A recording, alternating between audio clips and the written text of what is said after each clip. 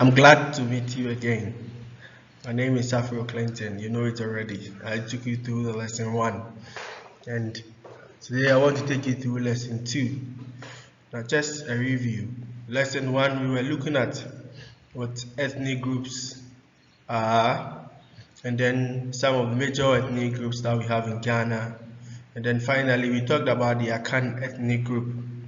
Now, lesson 2 will take us to the same ethnic group, but this time around we'll be looking at the Ewe ethnic group, the Kwan ethnic group, and then the rest. So we will take some of the ethnic groups now. Remember, we've taken 1 already, so we'll take 2 here, then go and take 2 in the next class. So as you can see, the lesson is the Ewe ethnic group. That's what we are starting with. Now, by the end of our lesson, these are the objectives that we are supposed to obtain. So by the end of lesson, learners will gain knowledge on. So these are the things you are going to gain knowledge on. The tribes of the Ewe ethnic groups. So I told you we have a school, and in a school we have classrooms. So we take the Ewe ethnic groups, they are tribes within the Ewe ethnic groups. So we should know that. And then 2, migration of the Ewe ethnic group. So we will get a brief history about the migration of the Ewe ethnic group. 3, the tribes of the Guan ethnic group. So from Ewe we'll be moving to Guan. So we'll get to know the tribes of the Guan ethnic groups. And then the migration of the Guan ethnic group. Let us proceed and see what is in store for us. Now the Ewe people. The Ewe ethnic group is mostly found in the Volta region and Uti region of Ghana. So if you are in Ghana and you said you want to go and see or meet the Ewe people, the regions you can travel to is the Volta region of Ghana and the Uti region of Ghana. When you go there, you meet them there. You can ask any question. You can witness anything you want to see there. Now, the Ewe people consist of tribal groups such as the Angola, the Mina, the Yi, Tungu, and Aneho. So those are the tribes. We have Angola, Mina, the Yi, Tungu, and Aneho. These are the tribes that are in the Ewe ethnic group. Now, the differences among the tribes can be seen in their language and location. So if you take where they are located, it will tell you which tribe they belong to. And as they are speaking the language to you, get to know that there's a difference. So it means this one belongs to this group and this one belongs to that group. Now, if you're a foreigner, you will know that if a Native American is speaking English, it is different from someone who is not an American speaking English. No, there's a difference. And then if someone from England is speaking English, it will definitely be different from someone from America, USA, speaking English. So the same with these people. They have the languages tells us which tribe they belong to. Now the Ewe ethnic group speak the Ewe language with minor differences. The Ewe people are believed to have migrated from Oyo State in Nigeria at a place called Kotu and Amejue. So in Nigeria, these 2 places, they are there. You can see it here. We have Kotu and Amejue. These are the 2 places where they migrated from when you go to Oyo State. It is said that they left their homeland when Yoruba fighters ruled the state. The Yoruba fighters treated them badly, so they had to leave the place. So each time or period and the people that ruled. Now in the state of Oyo, Nigeria, they said when the Yoruba people started ruling the state, then the Ewe people had to flee because they were treating them badly. So that is how come they escaped from Oyo State. The Ewe people traveled through present-day Benin till they got to Noche in Togo. So from Nigeria, they traveled through to Benin, then to Togo, Noche. That is where the story is. We'll be talking about that. And if we are not able to say much, surely you will get a video on the platform that will explain their stay in Noche. So they were welcomed by King Adela Atogli. The king they met there was called Adela Atogli. Now after the death of Adela Atogli, King Agokoli succeeded him. King Agokoli succeeded him. Now King Agokoli was not kind to the Ewe people. If my father is kind to you, doesn't mean when I'm born or I'll also be kind to you. No, that is all what happened there. The father was nice to the Ewe people, but not the son, King Agokoli. He used the Ewe people to construct a wall around the city. So the city is there, then they build a wall around it. This was to prevent the people from going in and out without the king's notice. Before you leave, you pass through the door and you will know that you are going out and this is what you are going to do. That is why he built the wall. King Agokoli ordered all the elders to be killed. That is one thing that he did. He was smart. Now, he said that the older people have knowledge. They have wisdom. They give wise words. Now, the elders of the Ewe people who will be giving such advice and the rest, King Agokoli asked that they all be killed. So they will not get any sort of idea to live their life there. So that they will be living in fear. Anything the king will say, they just follow. Now the people managed to hide one old man called Tegli in the bush. So once they killed all of them, they were able to hide one man, old man, in the bush. So the people went to him for advice. Now Tegli advised the people to pour water on a particular spot on the wall to weaken in. So the wall around the city, just one spot. But then it wasn't cement, concrete that it will be strong. They used clay, sand, and the rest. They said they should pour water at one particular place so that it will weaken in. Now let's see what happened after they did that. But the woman poured water or dirty water on the wall for some time. This was to help them run away. Now when the wall became weak, they called Tegli. He made a hole in the wall with a sword known as Sword of Liberation. Sword of Liberation. So the Ewe people passed through the hole into different locations. Now that they've created a hole through the wall, they were able to escape. And then when they were escaping, they went in different locations. And it's a good idea because even if they were able to trace you, they cannot trace all the locations. So some people will be able to go, some people to remain. Maybe they can call for help. They walked backwards out of Noche to avoid being caught by their footprint. That's another wise thing that they did. When they were going, we all walked forward. But they walked backwards. They walked backwards.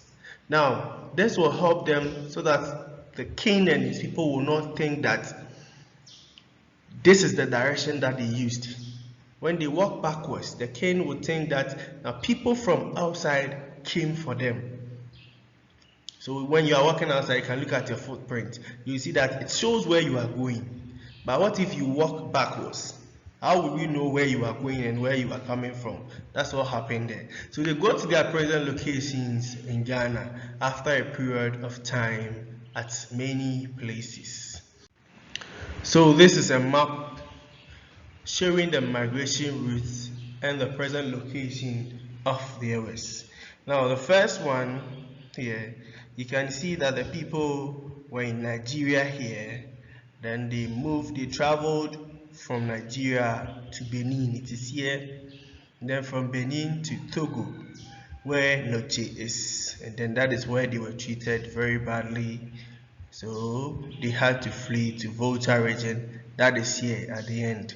Now it was Volta region and later they divided it into two. So we have Volta region and Oti region. When you come here, yes, this is the current map of Ghana. So you see we have Volta region here and Oti region there. That is where they can be found. Okay, so that is it for the Ewe people. As I told you earlier, when they got to Noche, something happened there, very interesting story there. We will get the video for you on the course page so that you can also enjoy it. Let's take a look at the Guan ethnic group. Guan ethnic group. Now, the Guan ethnic group is believed to have migrated from the Musi region and presently Burkina Faso. Now, these people are believed to be the first to arrive in Ghana because they are not from far. Burkina Faso is just ahead of Ghana, to the north of Ghana. So from there, they just drop down into Ghana. Now, they are believed to be the first people to settle in present-day Ghana. The Guans are spread throughout the country. So for the Guans, we cannot specifically say that they are in one region or the other region, but they are spread out. When you go to north, some are there with their name different. When you go to the central region, some are there with their name different. Eastern, they are just spread out through the country. Now, this is because the first settlers did not have strong leaders. They also live in separate groups from each other. So when they come, they didn't have a good leader to bring them together. So they separated. Some family would decide to go and stay here, others would decide to stay there. That is what happened. They didn't have a good leader. It's good to have a good leader. Example of tribes who make up the Guan ethnic groups are: we have the Gonja, we have Beku, Enum, Efutu, Trepon, Latte, Nkonya, Ewutu, and Sinya. We have others also. So these are the tribes that make up the Guan ethnic group. Remember, the objective, we are supposed to know the tribes of the Guan ethnic group and also the migration of the Guan ethnic group. So now the migration routes, let's see. There are some people who believe that the Guans did not migrate from another places. They regard them as the original settlers of the present day Ghana. Now the reason is that they were first to be in Ghana. So how do you know where they came from? You came to meet them, so they know where you are coming from. When you come, they will ask you, where are you from? Then you say, oh, I'm coming from this place. For example, you are in a school, and then a newcomer comes in. Break time, you ask, oh, my friend, which school are you coming from? And then you say, but the newcomer wouldn't ask you where you are coming from. He will say that you are here because he came to meet you here. So maybe you started here. They don't care about that. So that's what happened. We are saying that they are the first settlers in the present day Ghana. They were pushed to other parts of the country when the Mandi warriors and traders entered the country. So there were warriors, Mandi warriors, and then some traders. When they came, they forced them to move to separate places. If you don't have a leader, you cannot do anything. So when they scare you, you run away. Yes, but if you have a leader and then they started to scare you, you organize you and say, let's face them, we are here, what can you do? Yes.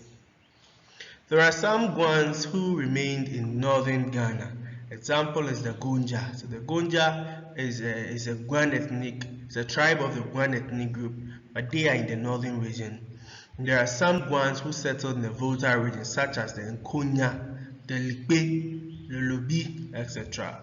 Those are those who settled in the Volta region. And then those in the eastern region include the Enum, Achere, Boso. We have Latte, etc. First aid in the eastern region. Then those found in the central region, we have Efutu, Ewutu, Sinya, etc. So they decided to stay in the central region. You see that they are spread out through the regions. Now, there are groups from the Guan ethnic group who can be found in the Brown Ahafo and Western region of Ghana. So Western region too, you can find some there, and then Brown Ahafo region too. The languages and other cultural practices of the Guans have been influenced by the environment and other tribes living with them. So the other tribes living with them influence their language. So if I am speaking Chi and then they move to where I'm staying, gradually, you will see that they will be copying my language. Even though they are Guans, they will be speaking Chi. That is how their language is being influenced. Yes, I think we have covered all the objectives. We were looking at the migration of the Airways, which we said they travel from Nigeria or your state straight to Benin, through to Togo, where they settled at Noche. Then Ken Agokoli had their share, and then from there they moved to Ghana, and then they are located in the Volta region of Ghana and the Uti region of Ghana. And then the tribes, we made mention of some. We have the Angola, Mina, Tongu, Aneho, etc. And then we came to the Grand ethnic groups, their migration. They were first settlers in Ghana, and also they were just staying on top of Ghana, Burkina Faso, the Mosi region. They came into Ghana, but they are spread out through the country. And then their language is also affected by where they were staying. That's why we cannot see exactly the language they speak. Okay, I think that is the end of the class. Now we'll meet in another class where we are going to look at the Ga Adangbe and then the Mo Dagbani. Okay, bye bye. See you.